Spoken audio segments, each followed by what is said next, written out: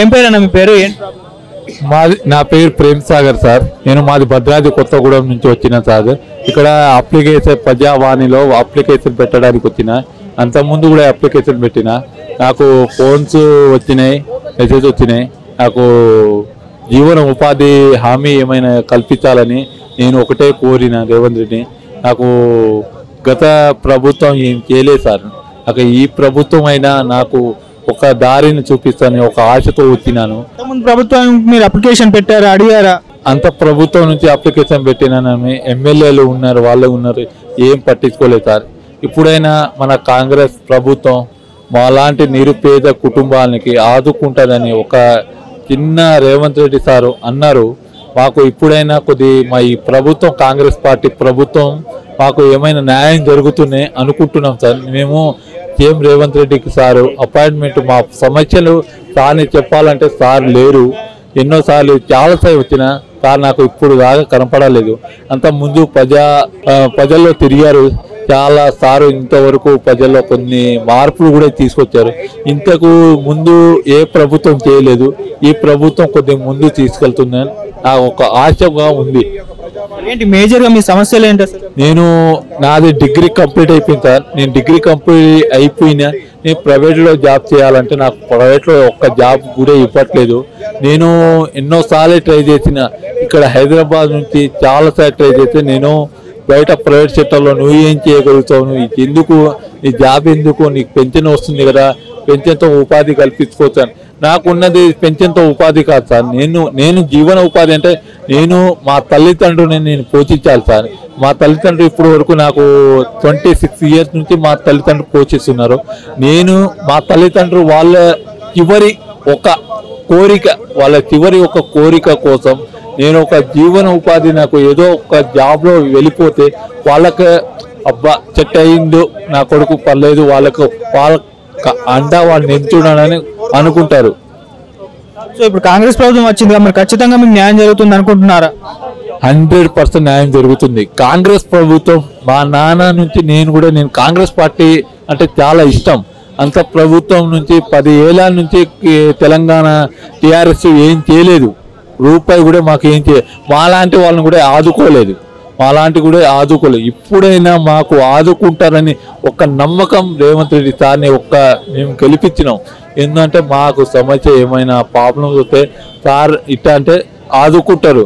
మనకేంటంటే నాకు 100% 90% మన కాంగ్రెస్ ప్రభుత్వం న్యాయంగా జరుగుతుంది.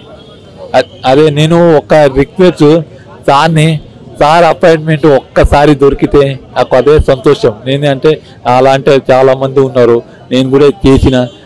ఒక అమ్మాయికి ఫస్ట్ ప్రమాణ స్వీకారంలో ఒక అమ్మాయిని జాబ్ ఇచ్చారు. ఆ అమ్మాయి ఎన్నోసార్లు ప్రాబ్లం ఎదుర్కొనే సమస్యలు కూడా ఎదుర్కొంది. నేను కూడా చాలాసార్లు సమస్యలను పరిష్కారం ఎదుర్కొన్నా. ఎందుకంటే నాకు ఏది లేదు. నా పేరు వెంకటేష్ అన్న. నేను తెలంగాణ వంట కార్మికుల సంఘము డిస్ట్రిక్ట్ ప్రెసిడెంట్ మహబూబ్ నగర్. ఈయన ఎండి బషీరుద్దీన్ అని కార్యదర్శి. మేము గతంలో మాకు డబుల్ బెడ్రూమ్ల కొరకు దరఖాస్తు చేసుకున్నాం. గతంలో 2012లో మాకు ప్లాట్స్ కేటాయించారు. ఆ ప్లాట్లు కేటాయించింది అప్పుడు డికేఆర్ గారు మినిస్టర్గా ఉండే మా కాన్స్టిట్యున్సీకి. మినిస్టర్గా ఉన్నప్పుడు కిషన్ రావు సార్ ఎంఆర్ఓ ఉండే. అప్పుడు ఒక 20 మందికి వంట కార్మికుల కొరకు డబుల్ బెడ్రూమ్లు లేవు కాబట్టి అప్పుడు ప్లాట్లే ఉండే. 523 సర్వే నెంబర్లో ప్లాట్లు కేటాయిస్తే ప్లాట్లు తీసుకున్నామన్న. ఆ ప్లాట్లు మాతోకి వెళ్ళి వాళ్ళు రికవరీ చేసుకొని మాకు ఇల్లు ఇస్తామని చెప్పి చిన్న రిసిప్ట్ ఇవ్వడం జరిగింది. అది 2018లో. తర్వాత ఇస్తామని చెప్పారు. ఈ కన్స్ట్రక్షన్ నడిచింది. అక్కడ ఈయన ప్లాట్ మీద ఆయన బేస్మెంట్ కూడా కట్టుకోవడం జరిగింది. బేస్మెంట్ కూలగొట్టి కన్స్ట్రక్షన్ స్టార్ట్ చేశారు. 523 సర్వే 310 ఇళ్ళు కట్టినప్పుడు కూడా అప్పుడు లబ్ధి పొందలేదు.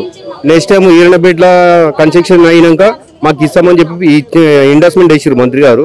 ఇండస్ట్మెంట్ వేయంగా కూడా మాకు అమౌంట్ డిమాండ్ చేస్తే కొందరికి ఫస్ట్ ఫ్రీగానే ఇచ్చారు. పట్టాలు పోయిన వాళ్ళకు 7 మందికి ఇచ్చారు. తర్వాత ఏరే వాళ్ళకి కావాలంటే డబ్బులు ఇస్తే ఇస్తామా, లేకపోతే ఇయ్యమని చెప్పి పార్థసారథి గారు ఎంఆర్ఓ ఉండే, ఇప్పుడు షాద్నగర్లో చేస్తారు. ఆయన ఉండి డబ్బులు డిమాండ్ చేసాడు.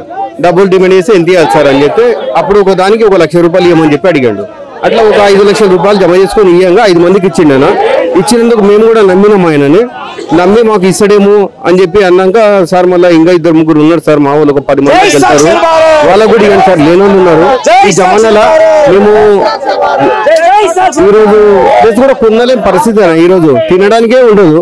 గుంట కార్మికులు అంటే గుంట కార్మికులు మాత్రం చాలా ఉంటుంది కానీ ఏమంటే మాకు ఈరోజు మాకు భవిష్యత్తు లేక ఏమంటే 2-3 లక్షలు అంటే అప్పులు చేయడం, ఉన్న బంగారం అమ్ముకొని ఎందుకు అని చెప్పి మేమంతా జమ చేసి తీసుకుపోయి ఇవ్వడం జరిగింది ఎంఆర్ఓ గారికి. అప్పుడు 10 మందికి అని చెప్పిస్తే ఒక 6 మందికి ఇచ్చిండు, ఇంకా 4గురికి ఇవ్వాలన్న. ఆ 4గురి కొరకు మేము పోయి అడిగితే చైతన్య గారు మా పైన దాడి చేయడం కూడా జరిగింది. అయితే భౌతికంగా మళ్ళీ ఆయన డబ్బులు డిమాండ్ చేస్తే నా సొంత డబ్బులు 1,70,000 రూపాయలు ఒకసారి ఇచ్చిన, ఒకసారి 30,000 ఇచ్చిన, ఒకసారి 50,000 ఇచ్చిన, మొత్తం 2,50,000 ఆయనకి ఇచ్చిన. శరత్ అంటే ఆయనకు ఒక పట్ట పేపర్ మాకు తెచ్చి ఇస్తే, బయటికి తెచ్చి ఇస్తే, ఆయన వాయిస్ రికార్డ్స్ కూడా నా దగ్గర ఉన్నాయి. ఆయన పట్ట తెస్తే ఇచ్చినప్పుడల్లా ఒక 30,000 తీసుకుంటుండే ఆయన. ఈ ఆర్ఐ చైతన్య అయితే భౌతికంగా దాడులు చాలా చేసిండన. కలెక్టర్ గారు కూడా మొన్ననే ఇవ్వడం జరిగింది నిన్న ప్రజావాణిలో. మా కాన్స్టిట్యూన్సీ ఎమ్మెల్యే ఇప్పుడు ఎన్ఎం శ్రీనివాసరెడ్డి గారు ఉన్నారు, వాళ్ళకు కూడా ఒకటి లెటర్ ఇవ్వడం జరిగింది.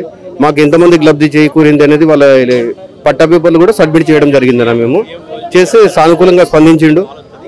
ఇమీడియట్లీ యాక్షన్ తీసుకోమని కలెక్టర్ కూడా ఆర్డర్ చేయడం జరిగిందన్న. కానీ ఇప్పటి వరకు అయితే మాకు ఈ విధంగా బెదిరింపులు, ఫోన్లు చేయడము, ఇట్లా మాకు హరాస్మెంట్ చేయడం వస్తున్నాయన్న. పోలీస్ కంప్లైంట్ ఇవ్వకపోతే గతంలో ఉన్న మంత్రి గారు శ్రీనివాస్ గౌడ్ వాళ్ళు వద్దు వెంకటేష్ ఇప్పుడు ఎందుకంటే నేను చెప్పినా నేను ఇప్పిస్తా అని చెప్పి అన్నాడు. అన్నందుకు మేము కూడా ఏం అనలేకపోయినామన్న. ఈ రోజు మా పరిస్థితి చెప్పుకోవడానికి కూడా ఏం లేదన్న. కాలేజీ టీవీకి పోయినందుకు నాకు బెదిరింపు కాల్స్ వచ్చినాయి, నా మీద దాడి కూడా జరిగినందుకు రామన్నకు ఫోన్ చేసి అన్న ఏమనుకోద్దు, చిన్న రిక్వెస్ట్ అంటే చెప్పన్నా అంటే అన్న అది బ్లాగ్లోనే పెడతారంట కదా, బ్లాగ్లో పెట్టండి వీడియో అంటే బ్లాగ్లో పెట్టించినామన్న. ఆ రోజు తర్వాత ఒక 6 నెలలు గడిచిపోయింది, ఇప్పటివరకు మాకు ఎలాంటి న్యాయం జరగలేదు.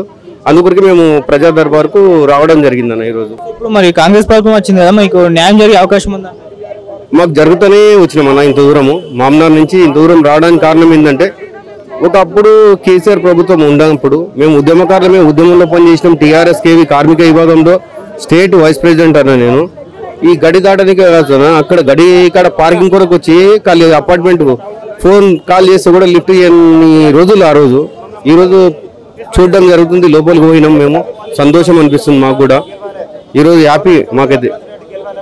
మేము ఉద్యోగంలో పాల్గొన్నందుకు స్వచ్ఛగాలిని పీల్చుకున్నట్టు ఈరోజు అనిపిస్తుంది మాకు. ఈరోజు ఇంతకుముందు ఈ విధంగా లేకుండా ఇది ఒక గడి, ఒక రూము, దూర పాలన ఏ విధంగా ఉంటుందంటే కేసీఆర్ పాలన ఆ విధంగా ఉండేది. గతంలో కేసీఆర్ కూడా మాకు లెటర్స్ ఇచ్చినవి ఉన్నాయి మా దగ్గర, ఇప్పుడు కూడా ఉన్నాయి. ఇండ్ల కొరకు, ప్లాట్ల కొరకు పద్దానికి ఇవ్వడం జరిగింది. కానీ ఈ రోజు వరకు మాకు ఎలాంటి న్యాయం అయితే జరగలేదన్న. ఇప్పుడు ప్లాట్లు గుంజుకొని ఇవ్వడం తప్ప ఏరేమే దానికి కూడా డబ్బులు డిమాండ్ చేసి తీసుకొని మాకు చాలా నష్టం జరిగిందన్న. ఇప్పటి వరకు వాళ్ళ వీడియోస్ ఒకసారి చూడండి, మీకు కూడా చూస్తే మీకు కూడా అర్థమవుతానా. వీళ్ళందరికీ ఇవ్వడం జరిగిందన్న ప్లాట్స్. 1, 2, 3 కంప్లీట్ ఉందన్న.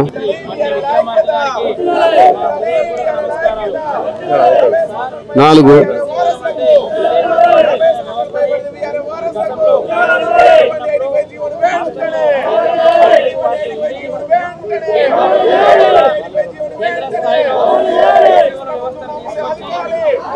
ఈయన ఎంఆర్ఓ అన్న పొయ్యి అడిగితే ఈయన ఈ విధంగా మాట్లాడతాడు.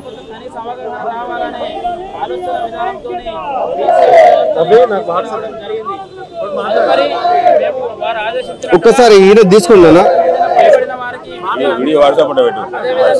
షాద్నార్ పోయి ఎంఆర్ఓ కలిసినామన్నా. కలిసి ఆయన ఉండి ఇప్పుడు నన్ను ఏం చేయమన్నావు, నేను ఇన్వెస్ట్మెంట్ చేసినా కదా, ఇవ్వకపోతే ఇస్తే ఆయనకు సంబంధం, చైతన్యకు సంబంధము, నువ్వు అక్కడ ఉన్న ఎంఆర్ఓని అడుగు, నన్ను ఎందుకు అడుగుతావు అని చెప్పి చెప్పడం జరిగింది. నువ్వు ఎవరి దగ్గర పోతే పో, నీ ఇష్టము, ఇంకా ఏం చేయాలో చేసుకుంటా నేను అని చెప్పి అంటే, సరే సార్ మీరు చేసుకోండి సార్, మేము న్యాయబద్ధంగానే పోరాడతాము, న్యాయబద్ధంగానే ముంగలికి వెళ్తామని చెప్పి చెప్పడం జరిగిందన్న. అదేవిధంగా పోయినాక మా పైన 12 గంటల 30 కాల్ లిస్ట్ అనేది వాళ్ళది ఫోన్ చేసి బెదిరియడము, ఇవన్నీ అవే అనమాట. అవి వాయిస్ రికార్డ్స్. ఇప్పుడు ఈయన క్లియర్గా చూడనా, నైట్ 12:30కి మా దగ్గరికి వచ్చి బెదిరియడం, ఇది ఎంతవరకు కరెక్ట్ అన్నా? ఏ అధికారైనా రాత్రిపూట రావడానికి ఉంటుందా? 12:30కి ఎవరి ఇంటి దగ్గరకైనా రావడానికి ఉంటుందా?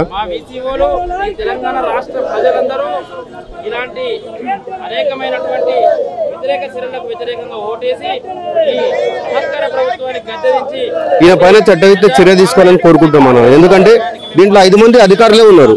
ఒకరు కాదు 5 మంది ఉన్నారు. అధికారుల పైన మాకు రికవరీ అనేది చేసి ఇప్పించిన సంతోషమే, లేదు వాళ్ళకు ఇండ్లు ఇప్పించిన సంతోషమేనా. మేము గవర్నమెంట్ కోరేది ఒకటే, వాళ్ళకి న్యాయం జరగాలని చెప్పి దూరం వచ్చినాను. నేను నా సొంత డబ్బులు కాకుండా నా బిడ్డ బంగారం కూడా పెట్టి అమ్మి 1,70,000 ఆయనకి ఇవ్వడం కూడా జరిగిందనా.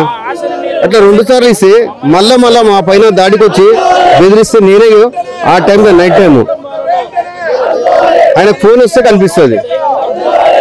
కారెక్కని ఎక్కించుకోపోవడం ఎంతవరకు కరెక్ట్ అయినది. అది ఆడ దిట్టుపల్లి స్టేషన్ ఉంది అన్నాడ, స్టేషన్ దగ్గర ఇప్పుడు వాళ్ళు 4 మెంబర్స్ ఉన్నారు, నేను ఒక్కరిని. ఏమనైతే నా ఫ్యామిలీకి ఎవరైనా రెస్పాన్సిబిలిటీ. నాకు ఇంత ఏమైనా జరిగినా ఈ 4 మాత్రం, ఈ 5 మంది ఎవరైతే ఉన్నారో అధికారులు వీళ్ళే కారణం అన్న. ఎంఆర్ఓ పార్థసారథి గారు, చైతన్య గారు, నర్సింగ్ గారు, విఆర్ఏ రాజు, శరత్ వీళ్ళే కారణం అన్న. ఎందుకంటే వాళ్ళకి ఇవ్వడము, వాళ్ళ ద్వారా నా పైన దాడి జరగడం జరిగింది కాబట్టి వాళ్ళపైన నాకు